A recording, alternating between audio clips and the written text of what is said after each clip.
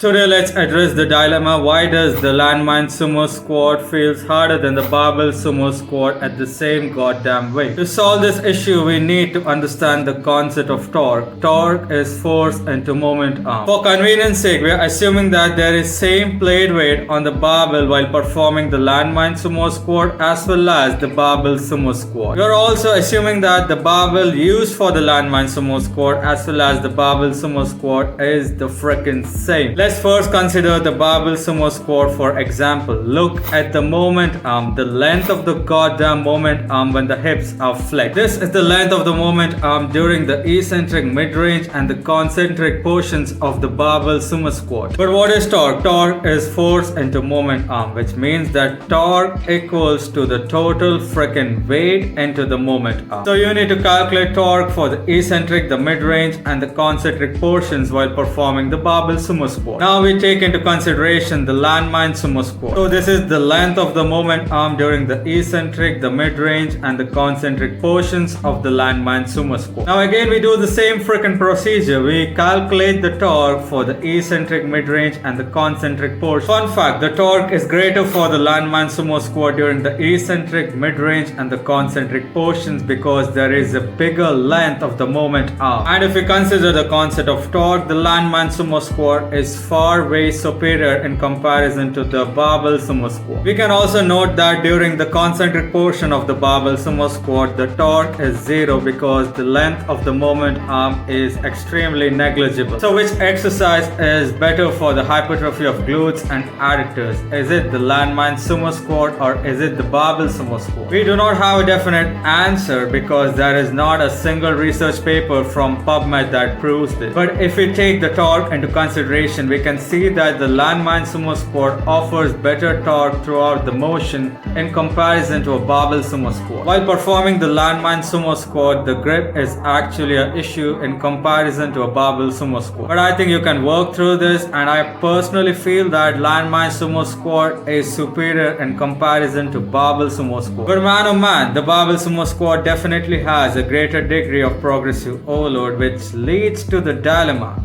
Which is better for hypertrophy? Is it the Barbell Sumo Squat or the Landmine Sumo Squat? To conclude, we do not have a definite answer to this goddamn dilemma. Make sure to perform the variation that allows you to progressively overload in a safer manner. It does not lead to more nags and pains, and you do not break your freaking back while performing heavy loads. Anthropometry, bone thickness, bone length and overall biomechanics of the goddamn exercise determines whether the exercise is suitable for you or not. I hope this message sinks in, and until then, peace out. देखिए एक तो basic trick है, एक तो like और share ठोक दीजिए, महाकाल का दबा के लाइक और शेयर ठोक दीजिए। 5000 लौटे दिख जाना चाहिए।